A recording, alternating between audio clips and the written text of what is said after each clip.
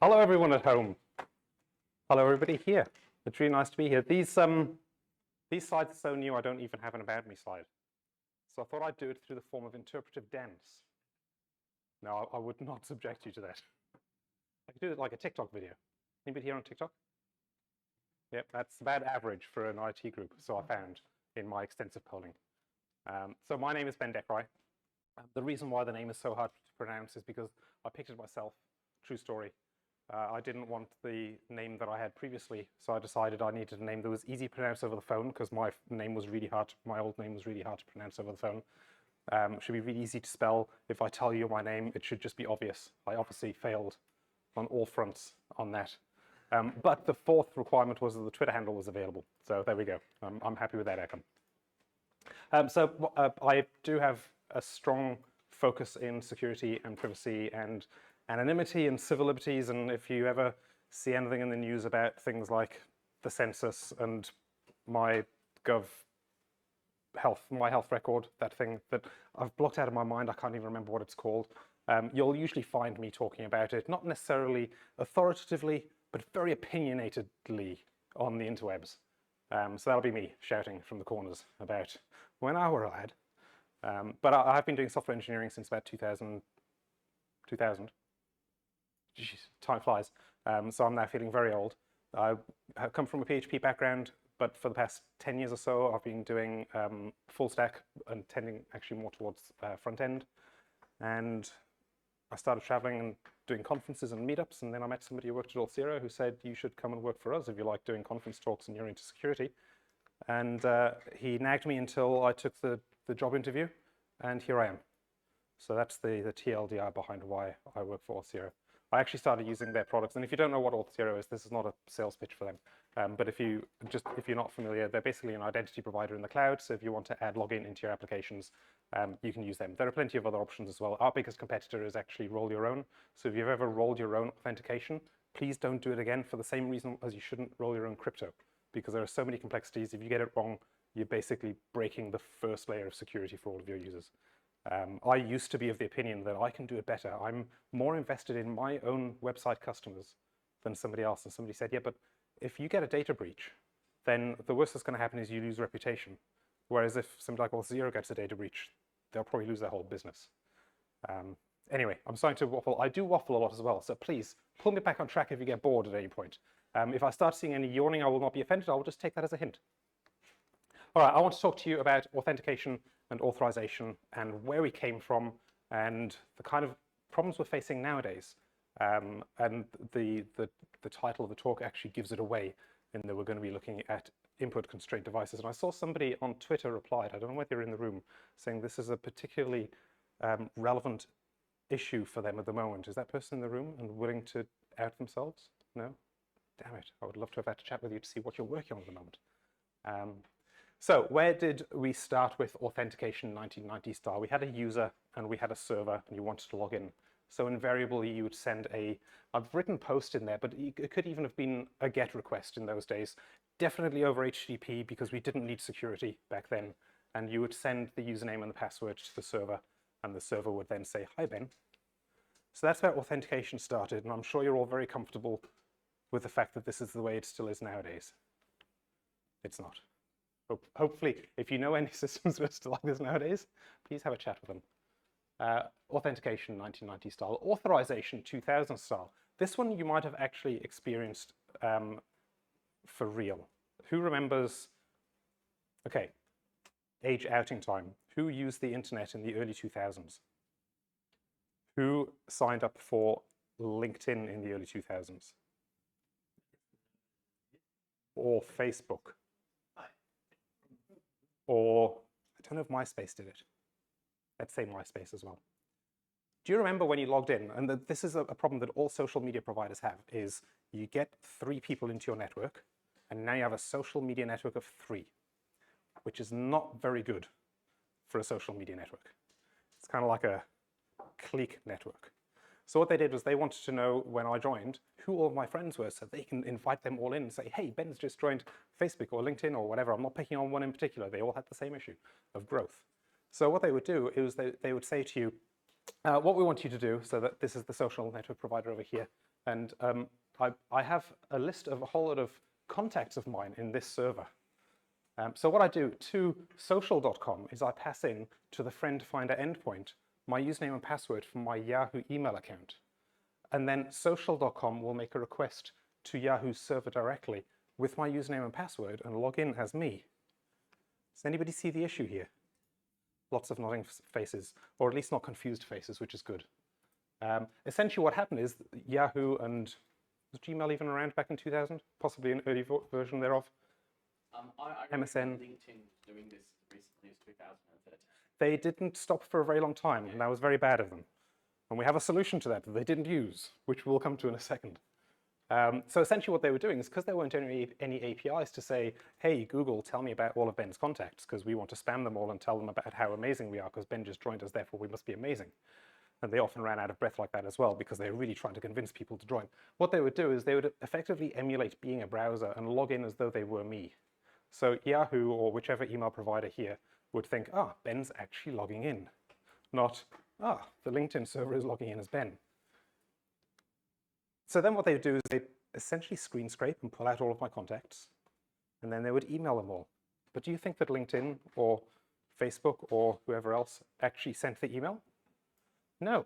They pretended to be a web browser and opened up the compose box in Yahoo Mail, or whichever mail provider I was using, and programmatically through screen scraping filled out the compose box and hit that submit button programmatically, if you're keeping along with where I'm trying to go with this. So the email actually came from my account. The email headers were totally valid as though I had written it. So there were a whole lot of ethical issues around this as well. Not to mention the huge big security flaw here, in that I've just given social.com my Yahoo credentials. But we have come a very long way since then. So the long way that we came to kind of culminated probably around the same time as we started facing this issue, because it was the early 2000s, because they realized that, yes, this is a bad thing. We don't actually want Ben's Yahoo details, because that now puts us in a position where if we have a data breach about Ben's credentials, and hopefully they're only storing my credentials for as long as they need that connection, sure, because they're not going to keep it so they can keep monitoring who I know, are they? So they can keep spamming people that I know. So they came up with the idea of OpenID Connect and OAuth 2.0 in the opposite order. The order that's actually written up there, not the order that I said it in. OAuth 2.0, very different from OAuth 1. I'm not going to be talking about that at all. Ignore OAuth 1. We don't use it anymore. OAuth 2.0 is basically a protocol that allows authorization grants to be given to systems. Think of this as a teacher giving you a permission slip to go to see the nurse, so that when the hall monitor says, where are you going, why are you not in class, you can say, but I've got permission. I don't have blanket permission to do whatever I like in the school, but the teacher has given me the right to access the nursing resource via OAuth 2.0. Perfect analogy. I think I nailed it. All right, so we've got the student here, and we've got the nurse. I don't know if this actually works out. I'm going to forget the analogy now. This is not actually the nurse anymore. This is Yahoo, or this is the identity provider, essentially. So Yahoo or the email providers were, they weren't identity providers as such in that time, but what they were doing is they had the data that another system wanted access to. So rather than providing my credentials to Yahoo, I would go off to Yahoo and I'll say, I would like to log in and get a token of some sort. And an access token would be created. And that access token somehow would end up back with the user. I'm not going too much into the security flows just yet. We'll get to that. And then somehow it would get passed over to to social.com. And then social.com has this key, this permission slip, that basically says social.com is allowed to talk to this email provider for the sole purpose of getting a list of contacts. So you can't send emails, you can't delete contacts, you can't create contacts. All you can do is read contacts. That's the scope of an access token. So the two machines can now talk to each other. That token is the permission. It can have an expiry. It can't be used for anything other than what is defined in the scope of that ID token. And then, in addition to that, they thought, well, if we can do tokens for access, can we do some kind of identity thing? So there's this fairly common endpoint called user info, which if you log into any of the main social media providers nowadays, Twitter and Facebook and Even Google, which is not really a social media provider as such. I mean, they had Google Plus or whatever it was called, which I don't know whether it ever got used enough, but it's definitely not being used nowadays, I'm pretty sure. A user info endpoint was added on top, which basically gave us what's called OpenID Connect. So OpenID Connect is not really a protocol in and of itself. It's a layer on top of OAuth 2.0, and it's more to it, but it's basically the definition of that user info endpoint, which means that if I go and I log into a system, I'm going to be able to get that access token out, but I can also make a request to user info and find out more about the person who just logged in. So if this ID token somehow makes it back over there, this person here now knows more about me, maybe my email address, definitely a unique identifier of me within this system. So this now allows my social.com, whatever domain I gave it, to forget about doing any kind of authentication at all. They can basically say, hey, get an ID token from any of the social media providers that you want, that we support. And as soon as that ID token gets back over there, they can say, well, we now know enough about you. We know that your username at Facebook is, or your user ID at Facebook is this.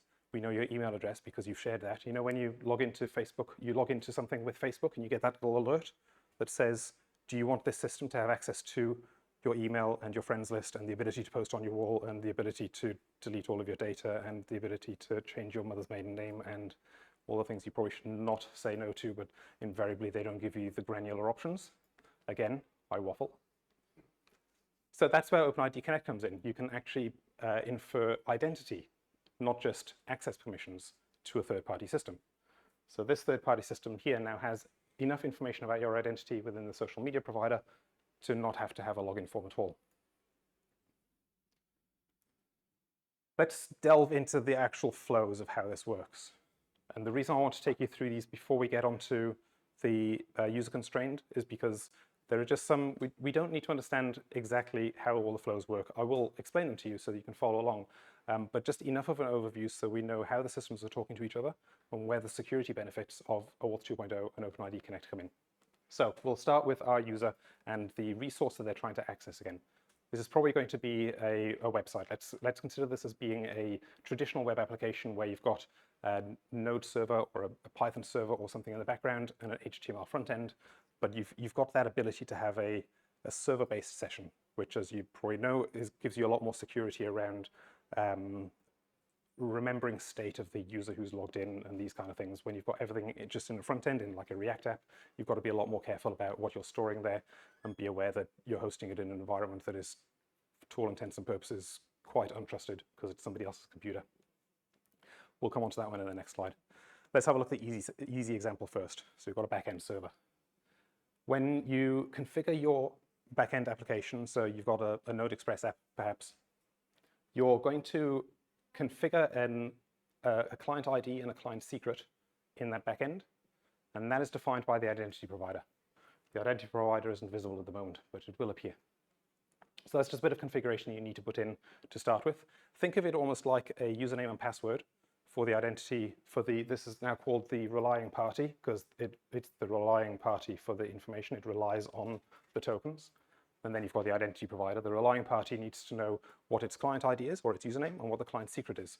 And that client secret is only ever used for the system to talk to the identity provider. So you make a request to this server saying, I want some kind of resource. And the server says, well, actually, you don't have permission to access this yet. Either the access token's expired, or you've never even logged in. So I'm going to send you a challenge and a set of scopes.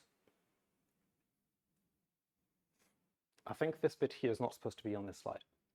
That'll be on the next slide. We're just going to send a set of scopes. And this is what I was mentioning before, this is what I want to be able to do. I want to be able to find out about your user info. That's the minimum scope. That scope is called OpenID Connect. You can have other scopes as well, like I want access to your email or your fuller profile. You can define what kind of information you want to get back. And that is essentially sent back to the user's browser as a redirect to the identity provider. So this is where you've clicked on login with Google, and it redirects you to Google, and it passes in these scopes to say, this is the type of login that we want to have. So those scopes end up at the identity provider. At this point, the identity provider is going to make sure that you're logged in somehow. So it's going to do the username, password, login, or whatever it is, and then it's going to return an auth code. which is why it's called the auth code flow. So this auth code is basically a random string. There's nothing in there that says anything about you, but the identity server is going to remember this auth code and assign it to your recent login. The auth code actually gets returned to the browser via another redirect. So you don't have to do anything as a user, but the auth code ends up at the server you've tried to log in as. But remember that at any point here, there's this huge big interweb bubble cloud thing. At any point here, there could be a man-in-the-middle attack or some kind of alteration or a capture. There could be a rogue add-on in your browser or a cross-site scripting attack. Any of these things could intercept that coming through. The chances are low, but it could happen.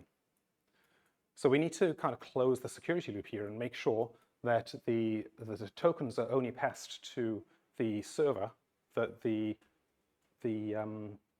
that originally requested the login process. So because we know the client ID that got passed through, we can now pass the client secret and the auth code from your application that you're writing over here to the identity server and say, hey, here's my password for you, here's my client secret, and here's the auth code I just got. I know nothing other than this auth code. Then Auth0 or Facebook or whatever down here is going to say, hey, I know this auth code, I just assigned that to Ben because he just logged in. So we now know that Ben logged in, so I'm going to create an ID token, an access token, and possibly a refresh token for Ben's login and return them back to you. So it only ever gets sent via the secure channel. The tokens never get sent via the browser. And that's a really key part of how we keep users secure, by making sure those tokens never get the opportunity to be tampered with. Does that make sense? All right, this is where the other little icon that kind of strayed onto the previous slide comes in. This one's called Auth Code plus Pixie, because it's easier to say Pixie than PKCE. Pixie stands for Proof Key for Code Exchange. And this comes in really useful for probably most of you in the room, given we're mostly front-enders in here, where you've got a single-page app, or you've got some kind of environment where you're trying to get tokens into an untrusted system. So let's just follow this one through. We've now got because the application is running in the browser, we've got the client ID over here. We're not going to put the client secret over here, though, because otherwise we're publishing client secret to the cloud. That's not something we ever want to do. So we only have the client secret, and we can set the client ID rather, and we can send the client ID to the identity provider to get the person to log in, and we can send the tokens straight back. This was called implicit flow, and that's all I'm going to say about it because we don't use it anymore. Because as you can see, this is quite insecure in that this arrow here is a response to that request. So the only way to get a response back to that is to put it in as a redirect, which means it has to be get. You can't do a put or a post or a patch or any of those things as a redirect, which means these tokens have to go into the query string, which means they're now probably cached in your browser history, which means if you're using Firefox and the synchronization across laptops, you've probably now cached your tokens across multiple devices. And also perhaps it shows up in log files somewhere, and all these other security issues come in.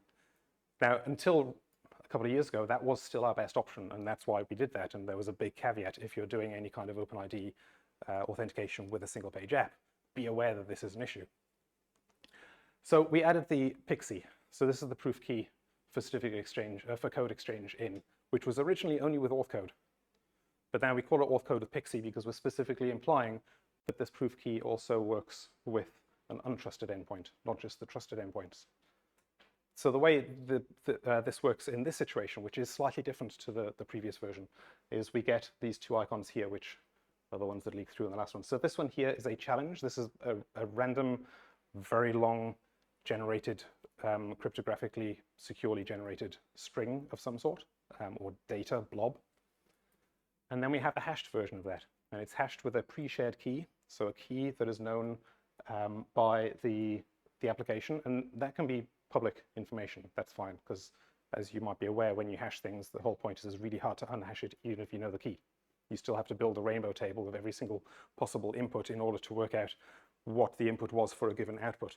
The reversing it is really hard. So you have that, that seed here, you have the seed in the identity server. So now what happens is we're actually going to send the hashed challenge in. Here's the solution to a challenge that I have for you. That's what the single page app is saying to Auth0. Here's a solution.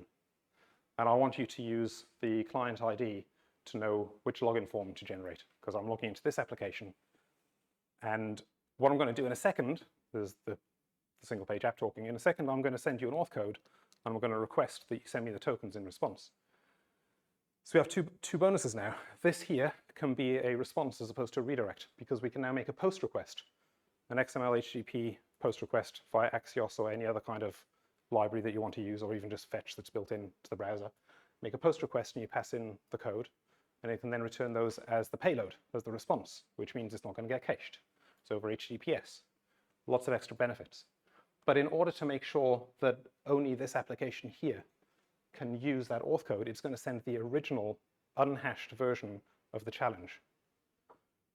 So if you think about it, any system that can intercept this here is not going to know what the challenge was unless it's able to interrogate the memory of your running application. The only thing it might be able to intercept is the hashed version of that, which we know is really hard to unhash. So we've now closed the loop here in terms of security to make sure that only your front-end application can get those tokens in response. And now you can send that access token over to any third-party API or even first-party API within your ecosystem. And they're a JSON Web Token, which means, if you're familiar with JSON Web Tokens, they're basically like JSON payloads that come with a signature so you can verify whether or not they've been tampered. Client credentials flow, this isn't really easy. I'm just going to put this in there because it's one of the other common ones. I don't know how often, I've hardly ever used this one. Basically, it's for two machines to talk to each other, so there's no identity token involved at all. It's only an access token. And this machine here wants to be able to talk to that machine. It's got a client ID and a client secret. So it sends a message off to Auth0 saying, I want a, it's called client credentials flow authorization. Here's my client ID and here's my client secret. And it just returns the tokens. And because this is server to server, it's secure. It's basically saying, here's my username and password, give me some content.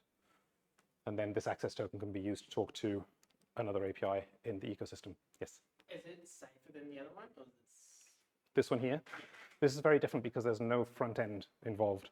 Okay. I'm only including this for completeness because it's one of the other common ones. So the client credential flow has been known also to be used from a front-end application to get keys to talk to a back-end application. And generally the reason why you might want to do that is if you don't want to do something like a redirect to the identity provider's login page, or you want to bypass some of the security measures for a certain reason. And there's only one valid reason that I found. I'm not saying there aren't any other valid reasons. And that is where I wrote a system where I wanted to hash the password before it even left the browser, so that nothing outside of the browser ever knew what the original password was. That's a longer conversation we can have afterwards if you're interested. But generally, even in that example that I have, I would recommend never using that where this entity here is a user interface. The client credentials should only ever really be used for machine-to-machine communications. All right, this is what we all came here for, though. My user has appeared by magic. Keep down the cheap seats. All right, so we have a different kind of device now. We have our fridge, and this is what we all came for, right? How to log into a fridge. So the fridge wants you to log in, but what does the fridge not have? Keyboard. Now you could argue that it's got a screen and it's like an iPad or something, and you could have the onboard thing, but let's imagine that we've got a screen that doesn't have a keyboard. A television is a very good example of this as well, because most of them, I imagine, aren't touchscreen. None of the very large ones anyway nowadays, I'm sure, are touchscreen. How many of you have ever configured a Google Chromecast type? Is it Google Chrome or Google Chromecast? Google Chromecast. Google Chrome is the browser. And you know how you get that code up on the screen and you verify it? That's a form of this device flow kind of login, where you don't have an interface or an input mechanism on the device that you're actually trying to log in, because the Chromecast is like that big, or built into the TV. So we've got this this fridge, and it wants to get information from an API somewhere, probably to work out and scan the contents of your fridge, and wants to work out what your shopping list looks like, or something, I don't know. Come up with all sorts of stupid examples, so I'm just going to carry on. The fridge has a client ID.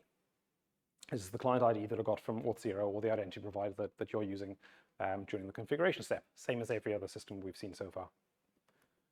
It's going to make a request to Auth0 and say, I want to start a device flow authentication. So when you start any of these authentications, the previous ones we had, Auth code and Pixie, etc., that's actually something you state when you make that initial request as well. So in this particular case, we're stating that it's going to be a device flow authentication flow. Device flow, look with flow. Too many flows in that sentence, but you get the point. It's going to return a device, a bit of information the device needs to know in order to be able to eventually get the tokens it's looking for. And it looks a little bit like this inside.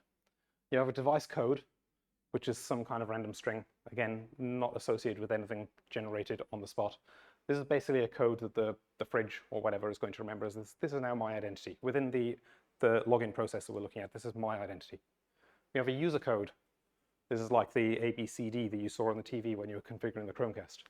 This is the code that the user has to either verify or input somewhere in order to verify that a user process intervention thing has happened. A human has verified part of this flow. Got a verification URI. This is where the user needs to go in order to log in. I don't actually know if this is common standard practice, but Auth0 at the very least provides a verification URI complete, which is actually just the URL and the user code concatenated for simplicity. And in another demo I've got, I basically just use that as the entire payload for a QR code if I wanted to provide this to somebody via a QR code. Or you can send it to somebody via SMS. The key is that you provide it to a user somehow, but they're not physically connected. They're not part of this flow at this point. You've got an expiry in seconds and an interval in seconds. So the interval is how often should the fridge keep asking Auth0, do I have a token? Do I have a token? Do I have a token? Before Auth0 just slaps the fridge and says, slow down, the user hasn't even got the code yet. I think there is an error code for that. I'm joking. I need to add that just in case somebody comes up. So I'm looking for that error code. I can't find it in your documentation. I've done that before. It's a bad habit of mine. Expires in basically means we've got 15 minutes to complete this authorization flow before the whole thing times out and falls flat on its face. And then the fridge will probably go back to the starting point and say, okay, I'm going to get another set of device flow login data so I can start the process over again. Meanwhile, it's a bit hard to see this one here, but there's this dotted line. That's the polling. So the polling is going to send some of the information it got through, basically the device code. That's about it. And also the client ID still. So it's going to say, hey, do you have anything for me? Here's my client ID and the device code you gave me so that you know which set of login parameters, constraints that you have that we're trying to do some kind of authentication in. And to start with, obviously, Auth0 is going to respond and say, nah, no idea. Nothing's happened yet. You should probably tell your user about the user code. So meanwhile, you have some kind of transmission mechanism. This looks eerily like a Wi-Fi signal. It's not intended to be. It's just some kind of, that user is not supposed to be, that triangle's not supposed to be there yet. I'm debugging my slides right at this very moment, naturally. So somehow you're going to get a message to this user. And like I said, it could be a QR code on the screen, and we'll have a look at a demo in a second where we do that. It could be via SMS. It could be, I don't know, phone call. You do a Twilio integration where it actually speaks the code back. That would be really bad for user experience, but so much fun. Let's do that. Morse code. They could send it out via Morse code, just a little clicker in the fridge. Tick, tick, tick, tick, tick. Lovely. Okay, that's my next project. So somehow this user code or the verification URI complete has been passed to the user, and the user is then going to click on that link, which is going to allow them to log in, and this is where the user then does the login to the identity provider using another device, hence device flow code, device flow auth. It's using another device for the authentication, not the device that's trying to authenticate. So we've separated the two out. And eventually, the polling is going to respond now with a positive and say, yep, here's your token. And the fridge now has a token that it can send off to whatever APIs it's trying to access. Cool? All right. Well, that was interesting. So I was on a plane yesterday, and I was just finalizing these, and I was going through all the different transitions, and I seem to remember at one point the flight attendant coming around saying, excuse me, sir, you need to put your laptop away. So I obviously didn't follow up to check that I'd chosen a sane transition. But, you know, I'm not that disappointed with the way it turned out.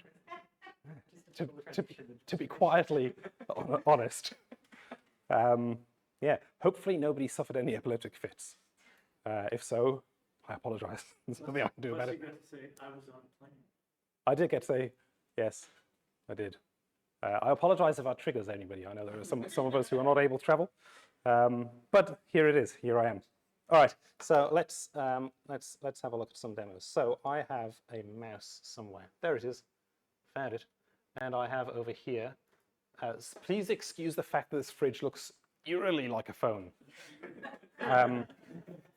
If you know anybody who works in the Android department at Google who does any kind of work with the virtual devices for Android Studio, if we can try and get them to create a skin that looks like a fridge, that'd be great. If you can make that happen, I have stickers. Are most smart fridges running Android, or are they all Samsung bullshit? Well, technically, I'm not going to use the word bullshit because I'm branded and I'm not going to make any kind of personal statements about Samsung, but they're not my personal statements aren't too different from yours. That would probably be Android anyway, because most Samsung devices, I think, run Android. A lot of their weirder stuff But- ties in, like their smart TVs. That's true. They did bring that out, didn't they?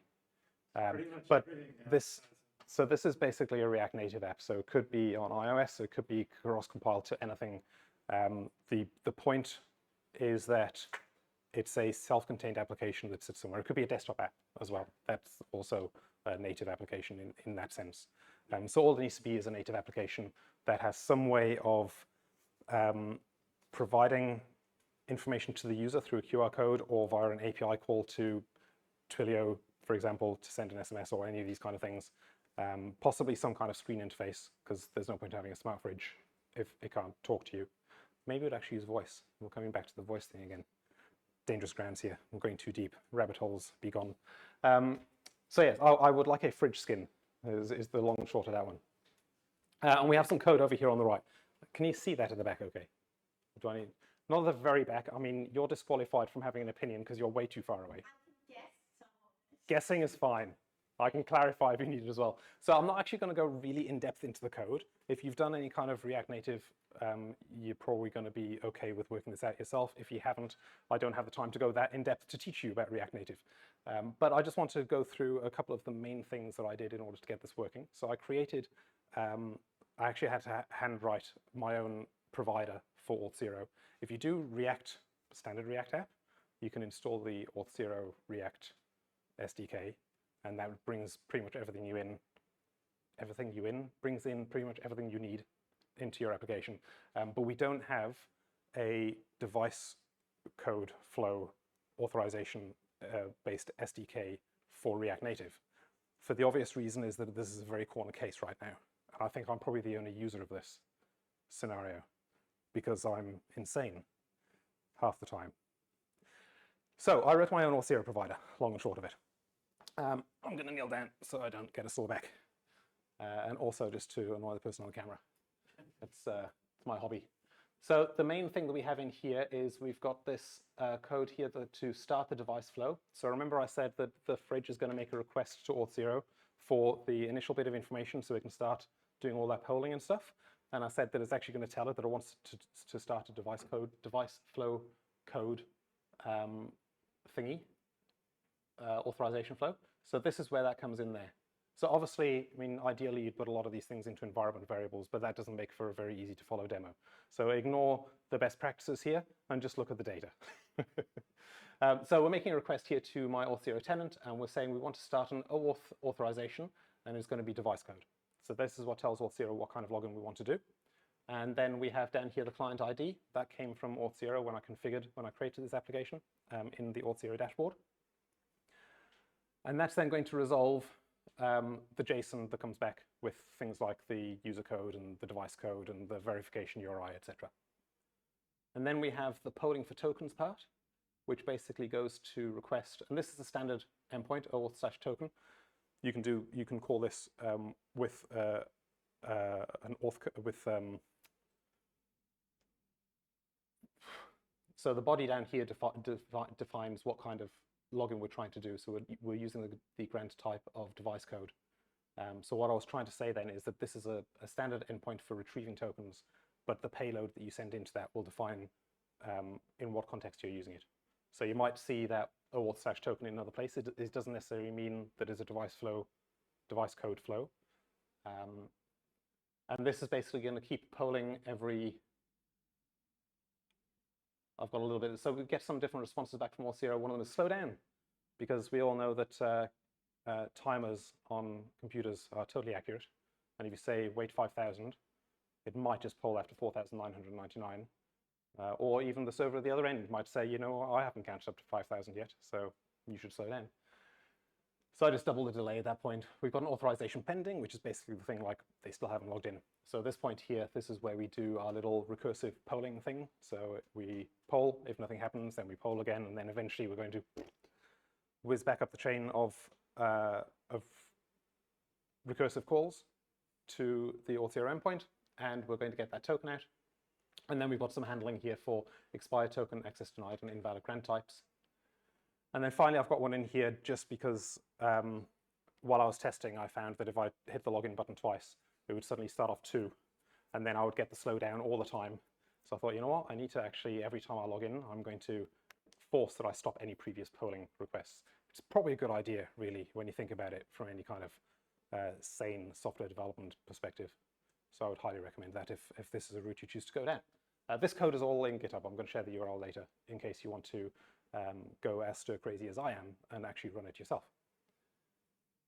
And then over in the main.js here, I won't go any further down than this, but basically we've just got a couple of things that come out of our Auth0 provider or the context that I've created. So this is very similar to the way that the Auth0 provider for React works, in that there's a variable the access called is loading. That's the one. I need to refer to my screen again because my brain's frazzling. So is loading, basically this is the point at which we don't know whether you're logged in or not yet.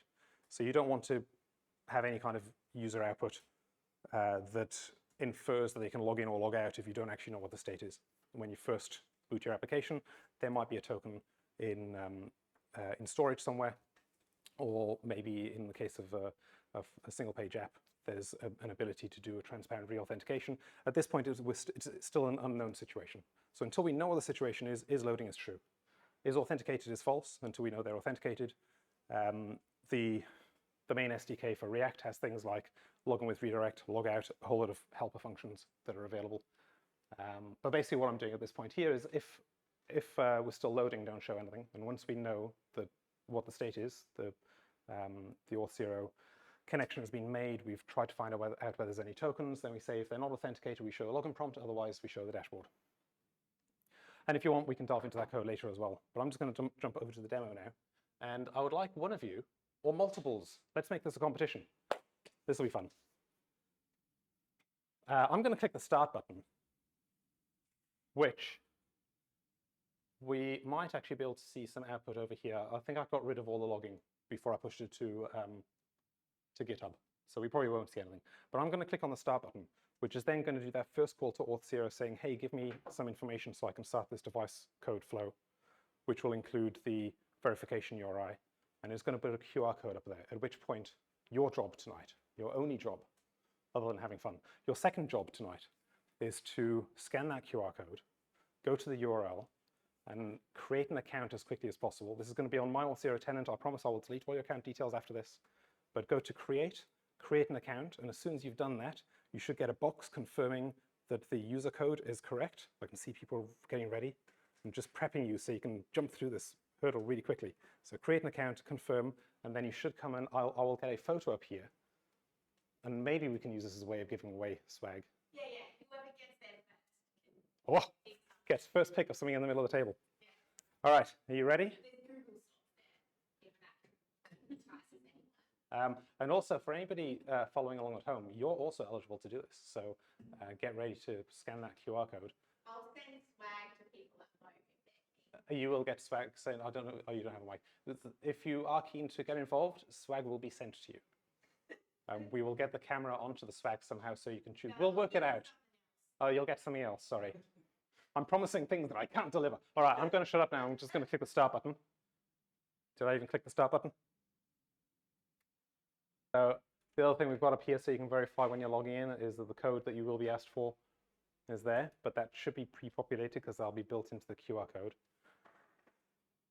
This is the point where I'd usually go and have a little bit of my water, but I've got a tiny bit left. And that's good.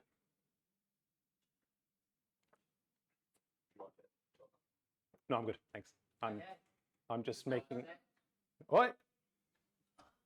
Oh, that's nice. Error looper. That's you. Congratulations, you won something off the table. I can't authorize you to take anything. Yeah. I'll just pick. Apparently, you are authorized to pick something off the table. Congratulations on winning the fridge-powered raffle. Cool. That was pretty much the demo. Like all the prelude and the slides and everything was just to get you to understand what was going on in the background. So I'll just quickly do this thing here and go all the way to the end because I had to close the presentation to turn my internet on again and get you to quick recap. Are you following? Good. Jesus, I should probably just press the end button. Ooh, yeah. Sorry about that again. All right, thank you.